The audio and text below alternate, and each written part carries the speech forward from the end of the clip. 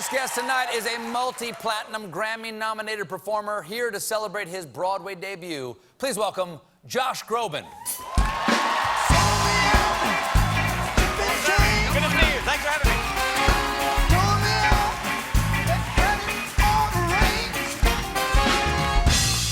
Wow. Now, obviously, you're a world-renowned singer, beloved by millions. Thank you. You are looking a little scruffy these days. I am, yes. What is the vibe that you're sending off to the Grobanites? The vibe. Oh yes. Well, my fan base does. They at some point in my career decided they would call themselves Grobanites, which sounds like you need a lotion for that. I don't know. Yes. It's like it's. Or like it's like a obscure form of Amish. Yeah. Oh yeah. Yes. The Minnesota Grobanites. Grobanites. Oh, how they plow. The Grobanites. You'd make a Oh, great how Amish they with that tend outfit. to my field. I would, wouldn't Just I? lose this, and Yes, I see you in a straw hat saying, "Hello, English." Yes. Look under your chairs. Bread for everyone. Yes. I'm growing the beard for that very Broadway production you were talking about, Natasha, Pierre the Great Comet of 1812. And Here also... it is right here. It's at the Imperial Theater. Thank you for seeing it. Oh. It's at the Imperial Theater. Beautiful play. It's a lot of fun, and I don't know, it's different for me. That's, I guess, my vibe that I'm sending out to the Grobanites now is just hairy is my vibe now. It's just... Now, yeah. it's based on part of War and Peace, right? It is, yes. So our composer, Dave Malloy, found this 70-page portion of War and Peace. He was reading War and Peace, as you do. Sure. And he just thought it would be a great basis for a musical, and especially kind of in the times that we're in now, it's amazing how, when you contemporize something like this story, it really has much deeper meaning. And so I play Pierre Bezukoff. I'm playing Pierre from War and Peace, and that's why I have the beard. And it's an amazing kind of electro-pop, immersive musical. Have you read War and Peace? I am about 820 and a half pages into it. Somebody goes, yeah. Thanks. Yeah, it's a doorstop of a novel. I've certainly read... How far is that from the end? I've never read it. How far is that? 820 pages, how far from the end? That's, I'd say I've got 300 or so pages to go, you know? So that's a lot of toilet time. Do you know how it... Yeah.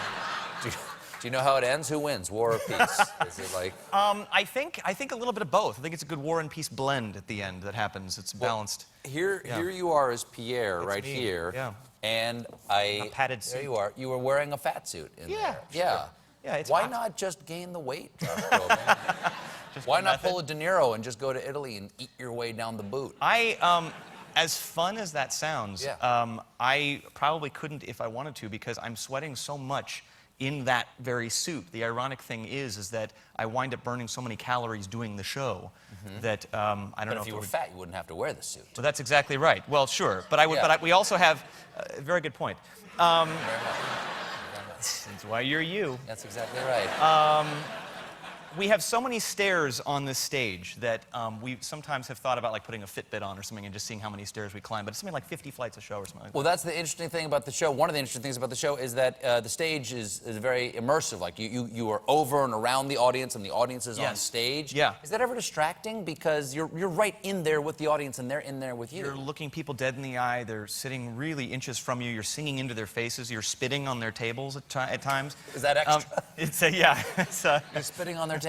Yeah, I mean, it just, you get very salivating when you're singing big stuff. And it's just, sometimes you see a friend that you didn't know was going to be there, and they just kind of give you like a... while you're walking down trying to do a really serious number. Sometimes a celeb or two will show up, and that'll throw you. The Critic Week was really interesting because they all had their notepads on their knees, and usually with a normal theater, they're sitting out in the darkness, so you don't know they're there. And you'd see like really famous critics, and they're sitting on the stage, and you're just singing your guts out, and they're going... And it's very terrifying. Now, you're famous for having a beautiful voice and a big voice. Why so long? Why did it take you so long to get to Broadway? You seem like a natural fit. Thanks. It was my first dream. I dreamed of Broadway since I was a little kid. I, like you, was a Sondheim nut. I just grew up listening to that storytelling and those shows. And so I was a musical theater major in college when I got signed to my record deal. So it was definitely a fork in the road. But I think I wanted to wait for the right thing, something that would be challenging, something that would be different from what I normally do. and a piece that I thought would be very new for Broadway, and this is definitely that piece. So while it has taken me a while, I'm glad I waited for it. Now, I understand in order to do this part, you actually had to get a new lady in your life. You actually, well, you yourself are single, right? I am single, yes. Okay.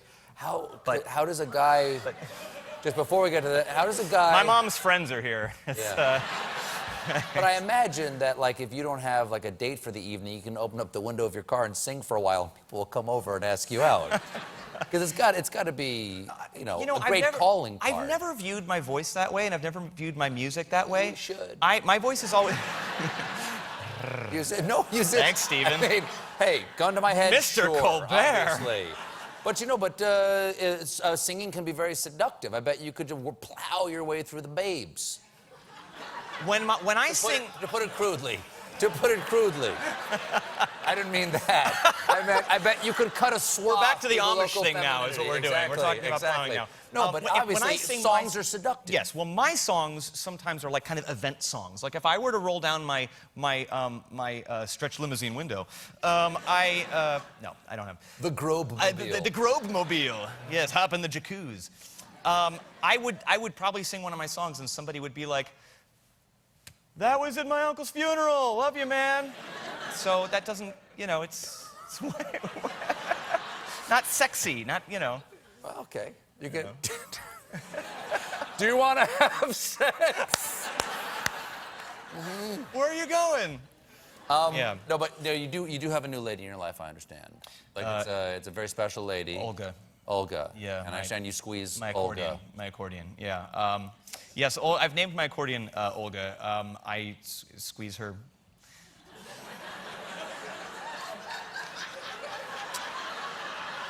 Nightly.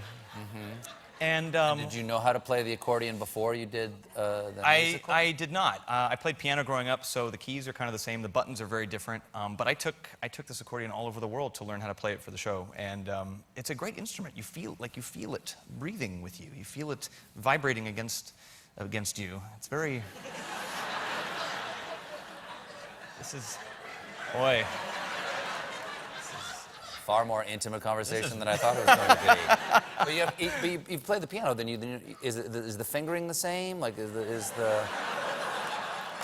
I don't know.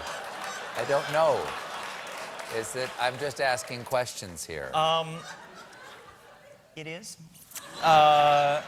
You know, it's the keys are a little, feel a little different, and you're going blind. You're going, like I said, you're going up all the steps, and you're walking through the audience, so it's a little bit different, but it's a lot of fun to play. Yeah. And now the Grobanites. Yeah, that's it. The Grobanites. Yeah. I understand they. Oh yeah. They make you things. Yeah, they're very crafty. Yeah. What are they? These are my dolls. These are my Pierre dolls. Yeah. They made me dolls, like fan art dolls for my character, and I'll get one like every night. They'll send me a new doll, and they are my only friends. It's very lonely. Broadway life is very lonely. You've got Olga now. That's true. And you now, apparently. So yeah. Wow. I feel like the sexual tension tonight has just been. Is this mine? That's yours, yeah. Yeah. I drank out of it first. Oh. It's yours. Now, I understand Oprah's had you on so many times. You're like you're Oprah regular over the years. Was you guys very, still keep in touch? Very good to me. Every so often, I'll talk to Oprah. She's the best. She's wonderful. Fantastic. She was here recently, wasn't she? Yeah, she was. Yeah. She's actually on CBS now. She's joining 60 Minutes. That's what I heard. Yeah, very smart. It's now going to be called 59 minutes of Oprah and 1 minute of whatever else you got. Free stuff. Exactly. Yeah.